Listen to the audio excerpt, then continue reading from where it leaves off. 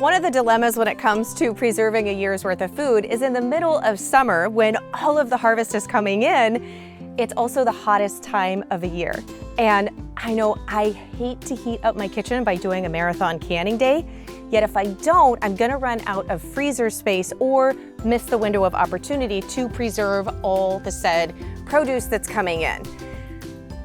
And if you have a glass top stove, then you can't use those with some of the larger pressure canners because you run the risk of actually cracking them. So the answer is doing a modern version of an old-fashioned outdoor kitchen.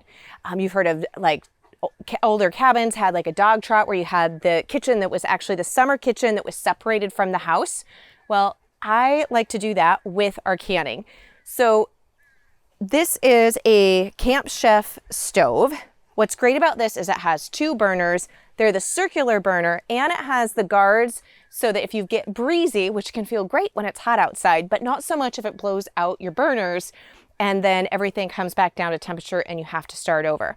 So I love to use this for cooking outdoors, but especially when it comes to canning and preserving outdoors at the height of summer. So one of the things that you want to look for when you're picking your spot is obviously in the shade, because even if you're doing it outside, if you're standing in the sunlight and next to a boiling pot and a processing canner, you're still going to get pretty hot. So I still like to do it in the morning because we tend to get afternoon breezes that pick up and it can get pretty windy. And even with the wind guards on here, if it gets really windy, you can run the risk of the wind, kind of shooting the flames up and or blowing it out. So I still like to do in the morning when it's relatively cool and less of a breeze. And the inside of our grape arbor is absolutely perfect. It's deep shade, and because we have all of the leaves here from the grapes, then it helps to provide a little bit of a buffer when that wind does start to pick up. So one of the first things though is making sure that we've got all of our supplies outside ahead of time. So I'm not doing all of the trips running back and forth from the kitchen once we're actually going. Now, I'm actually canning broth today, which definitely could wait until the winter time or the fall, except we have beef coming soon as well as fish, and I need that space in the freezer for that. So I'm taking out all of my soup bones, and I've got 2 batches of broth that I made yesterday that we're just going to can up in a large canning run today. So one of the things is when you're outside, you do have the breeze. It's a little bit harder to control, obviously, the temperature and conditions. And so when you're doing a hot pack, I've got my broth boiling here, then I need to make sure that my jars are warm and not cold, and that I don't have too much of a cool breeze that's hitting them. So I just washed these in really hot soapy water. They're the last thing to come out of the kitchen, and then I'm covering them up with a towel. So then you want to work pretty quickly so that these aren't cooling off. And I add a half a teaspoon, not a teaspoon, to a pint-sized jar. That's going to get a little bit too salty, but a half a teaspoon to each jar. And so I'm just working in batches. And I like to put the salt in first because after I fill a lot of jars in a row with broth, if I don't put it in first, I sometimes tend to forget. And whenever you are canning broth, you need to bring it back up to a boil. And so this is at a full boil. We're going to set that here and get these filled and into our pressure canner, which we've got warming over here, as quickly as possible. So I have found in my experience that beef broth is definitely more fatty than chicken broth. So even though we have skimmed the fat off of here, which if you've never made broth before for canning, I've got a step-by-step tutorial of that you'll want to go and watch. We'll make sure and put that video link beneath this one in the description. But whenever you're doing anything fatty, especially meats, you want to make sure that you're wiping the rim clear, because if you leave oil on there, it can inhibit the seal. So I like to take a little bit of vinegar, and you can use apple cider, you can use whatever vinegar you have on hand. But this is going to help cut the oil that may be on here. So wipe that rim clean. And then on the other hand, I have it just moistened with water, and I'm going to go over that one more time.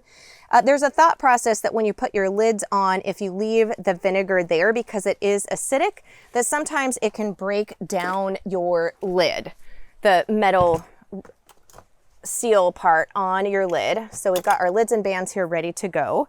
And this part here. So after that's been wiped down, we're gonna check, make sure we're at a 1-inch headspace, which we are. Go ahead and get these on. And then in order to keep each one of these hot, I'm just going to fill each jar, put my lid on and tighten that down to fingertip tight. And then throw this, well, we won't throw it, it is glass. Then we will take this and put it into our prepared pressure canner.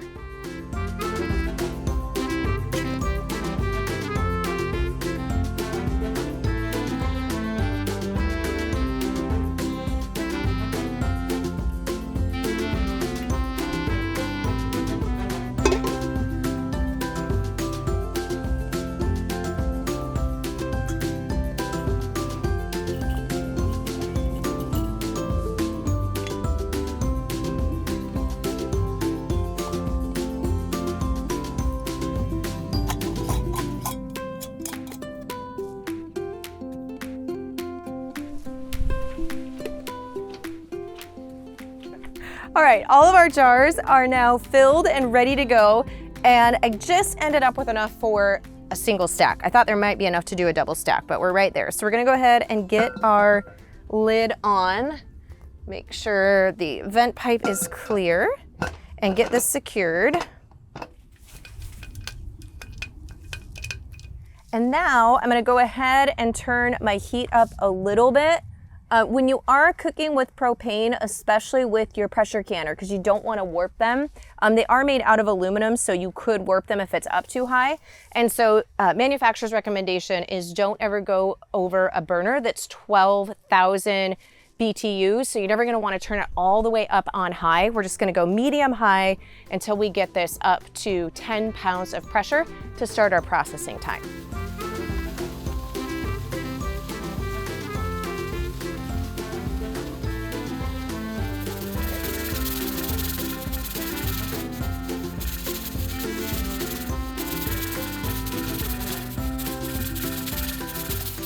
Okay, so we have processed our jars for a full 20 minutes, turned off our heat, and have let this come down to what it says on the gauge, to 0 pounds of pressure. You never ever want to open your pressure canner when it's still under pressure, but we want to make sure that it truly is down to pressure. So first thing you want to do is, after your dial gauge shows 0 pounds of pressure, is to move, and always wear hot pads or mitts, or use like a fork or something to do this, because this whole unit is still really hot. But you want to move and push your weighted gauge. And if it still makes a hissing sound when you do that, then it's not completely reduced its pressure all the way, and you want to wait about 5 more minutes and then test it again. So once, when you do this, you don't hear anything, then you can go ahead and remove that. And then you're going to want to wait another 10 minutes. So even though it's reduced all of its pounds of pressure, the jars inside, the contents of the broth, will still be boiling. So we want to make sure that we've waited another 10 minutes, especially when you're outside, so that when we remove this lid, we're not having boiling contents of jar meeting a cool breeze, because that could crack your jars, and also siphoning, where you're going to have liquid loss because it's still boiling happening. So we're going to wait about 10 more minutes. So now it's time for us to remove our lid, and we're going to start by undoing our wing nuts. Again, this is still really hot, so I am using my oven mitts. And then anytime you are opening your lid on your pressure canner, you always want to use that lid just in case for steam, or if there were any pressure, despite all of our safeguards, that you are protecting your body. And so you kind of use it as a shield, and you can see all the hot that's coming off of here still. So I'm going to go ahead and put the lid, there we go, on a towel. Now, one of the most important things when you're taking your jars out is that once they're removed from the canner, one, that you don't have thermal shock, and that they are in an area that they're going to be undisturbed for a minimum of 12 hours to make sure that they fully seal and you don't disrupt that before that seal is completely set. So I have here where I have lined this with a bath towel to help keep it out of the breeze. So if you're doing it inside the house, you would want to make sure you're not putting these jars near an open window. Well, of course, we're outside. there's gonna be breezes happening. So this is where we're gonna take a little bit of extra precaution that I would not normally do when I'm inside. So first is I'm gonna move this, and it's still hot, over here, so that these jars are going from here to here fast and not getting hit with a bunch of breeze. So I'm gonna just remove these right into here.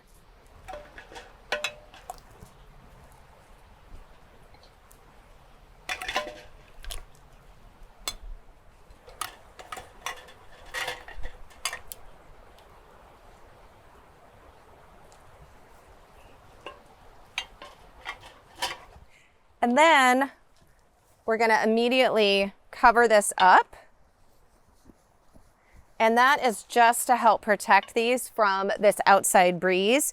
But because they're in this concealed or contained and concealed container here, this is also acting as a windbreak. So these are gonna stay out here for 12 hours minimum, up to 24 hours, and then we'll come out, check the seals. And at that point, as long as they're all sealed, they'll be good to go on the shelf in the house.